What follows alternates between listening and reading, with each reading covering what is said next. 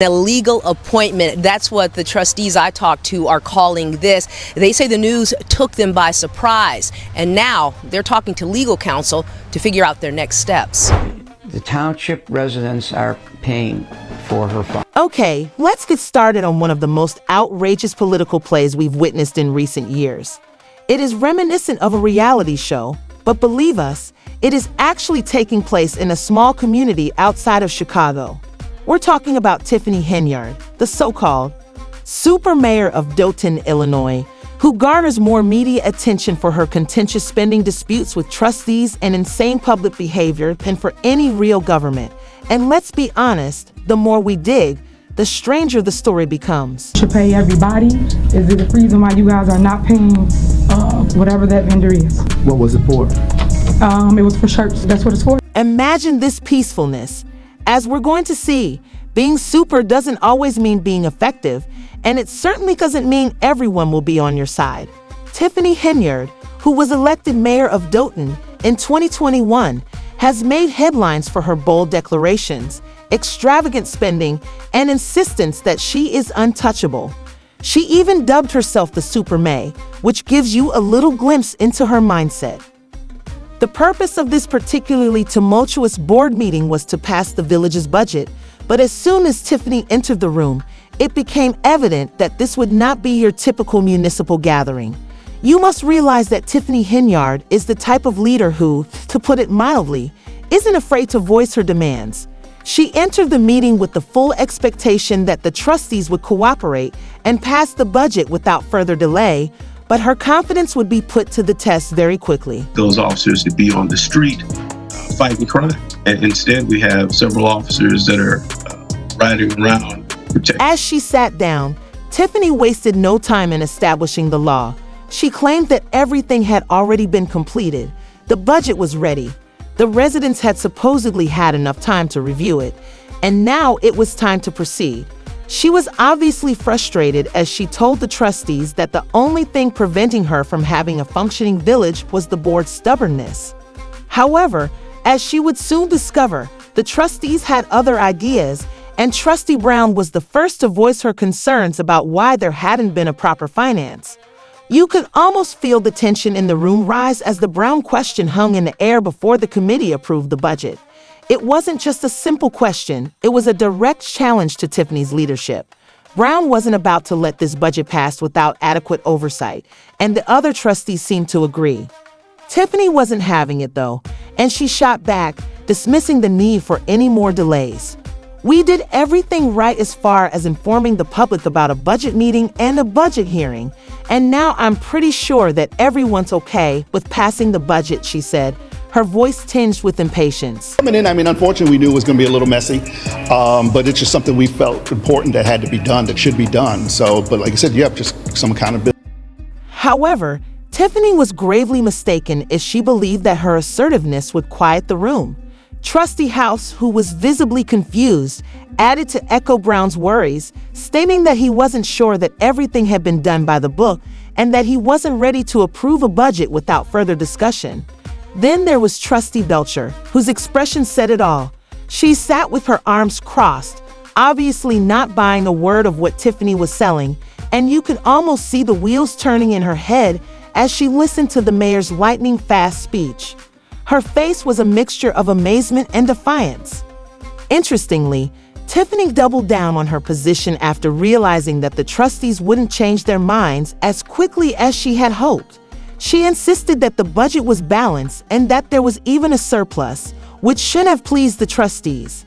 However, rather than celebrating, the trustees appeared even more skeptical, and when Tiffany said that they had 5 more days to work out any kinks in the budget, it only made things more confusing because, let's face it, how reasonable is it to pass a budget now and then spend the next 5 days determining whether it's actually correct? That the government always does it is to go and investigate people around her, and that's what they're... Speaking of altercations, let's not overlook the people of Dothan, who were surely watching the spectacle with bated breath. Many of them had already voiced concerns about the village's financial situation, and with good reason. Under Tiffany's direction, the village's general fund balance had fallen from It is understandable why the trustees were reluctant to approve the budget without additional oversight, given the drastic decline from over $5 million in 2012 to a deficit of $365 million by May 2024. After all, how could they have trusted Tiffany to have everything under control when the village's finances were in such dire straits? This is Super Mayor Tiffany Henyard, the people's mayor and people's supervisor. However, the showwoman Tiffany was not going to allow the trustees or the citizens to witness her perspiration. She persisted in her will to achieve what she wanted, even as the trustees persisted in objecting. You guys requested me to accomplish something, and I did it by obtaining the budget ready for everyone to examine. And then we made sure we had communication by talking to all of the staff members about everything on the budget. She claimed that this resolved the issue, but neither the trustees nor the residents were persuaded. Is there a motion to terminate Keith Free? When her spending habits were questioned in another heated meeting, Tiffany didn't miss a beat. "You all should be ashamed of yourselves because you all are black," she exclaimed, turning the conversation into a racial one. This is one of the most intriguing dynamics in the entire story. It's unclear if this was a sincere plea or a calculated move to deflect criticism.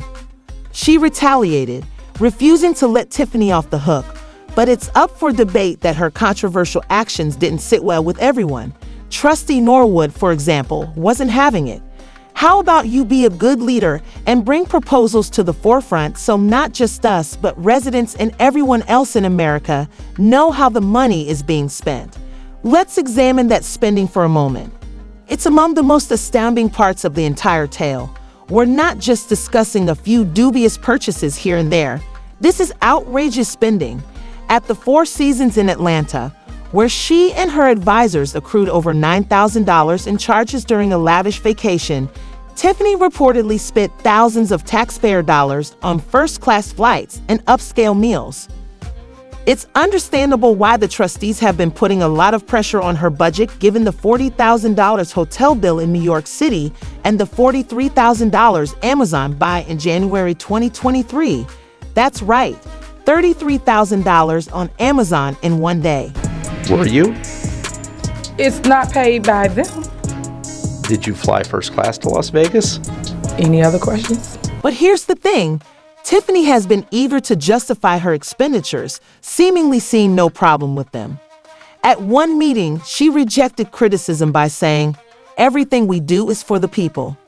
She believes that all of those first-class flights, upscale hotels, and exquisite dining experiences are a part of her work as mayor and are nothing more than media attention. However, neither the inhabitants nor the trustees are really certain. Reason for anyone from a township to go to a mayor's conference. A mayor's conference is a mayor's conference for... Additionally, Tiffany has been known to travel with an entourage of 6 village police officers, which has drawn criticism and even accusations that she uses the police as her personal bodyguards. A statement supported by trustee reports, "We're not arguing that cops aren't performing their duties well. We're arguing that you're sending them all to accompany you when they need to be out here defending the locals so that we can all feel secure." At one meeting, Norwood stated that it's a legitimate question. With the spike in crime and the limited resources, how can the village afford to have so many cops assigned to defend the mayor? I'm about to address some things as the supervisor. There will be no comments, there will be anything. It'll just be me addressing you guys to tell you what's going on. Naturally, authorities have noticed Tiffany's conduct. In fact, the FBI has opened an inquiry into her spending patterns, and it's simple to understand why. Given the extravagant vacations, dubious credit card charges, and unpaid vendor payments, there is no problem. Scarcity of warning signs, and let's not overlook the fact that Tiffany is being sued by the trustees on several occasions, claiming that she falsified checks and concealed financial documents.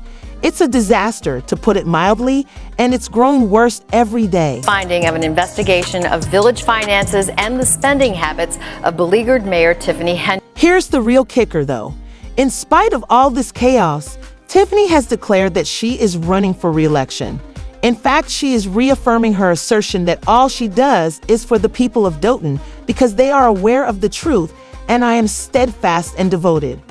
She said in a statement that continuing to battle for my village for the next 4 years is a brave step that would undoubtedly prolong the drama.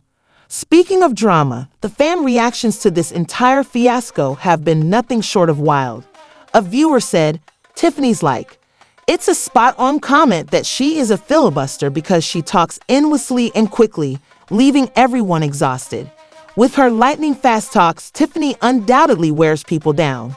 Another fan added that fast-track corruption is tied to prison, which, since viewers are obviously noticing the impropriety of it all and aren't holding back in their criticism, it might not be too long before the FBI inquiry results in anything significant. Several new developments in South Suburban Galton today. First, the state comptroller has suspended some payments to the village because it has failed to follow the law by providing financial reports. What do you think will happen to Tiffany's title and authority?